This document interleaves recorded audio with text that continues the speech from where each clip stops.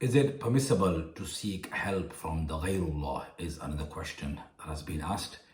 The answer to this question is that yes, it is permissible to seek help from others besides Allah, because those others that we seek help from, we do not consider them or believe them to be Allah, or rather they are the servants of Allah, they are the Ahlullah, and they are min Allah, meaning they have been appointed for our help by Allah subhanahu wa ta'ala.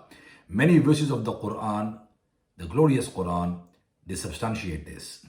For example, in Surah Ali Imran, it is mentioned that Sayyiduna Isa, ala nabina wa alayhi salatu wasalam, he asked his companions that man ansari ilallah, that who are my helpers towards Allah, meaning for the deen of Allah.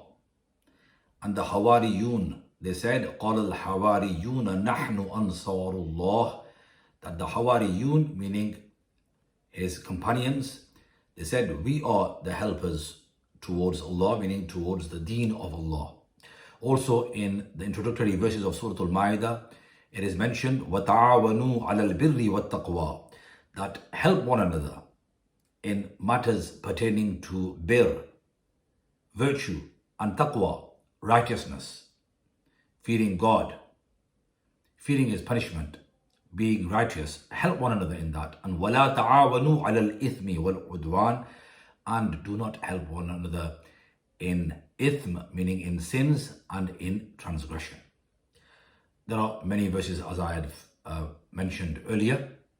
In fact, those people who object and say that you cannot seek help from anyone besides Allah, they themselves take help from one another.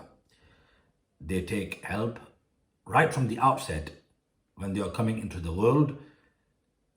They take help from the midwife, from the woman or the doctors who are engaged in their delivery.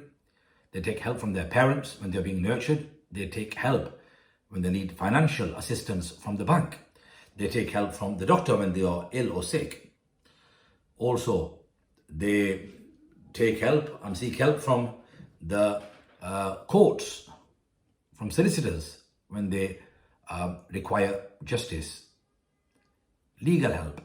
So these are all forms of help, and this is not just limited to one's lifetime, meaning that then they restrict it and say that, well, you can take help during the lifetime, but after the person has passed away, then it is impermissible, and they deem it as shirk. This is absurd and preposterous, as if it was shirk, it would be shirk even whilst they would be alive.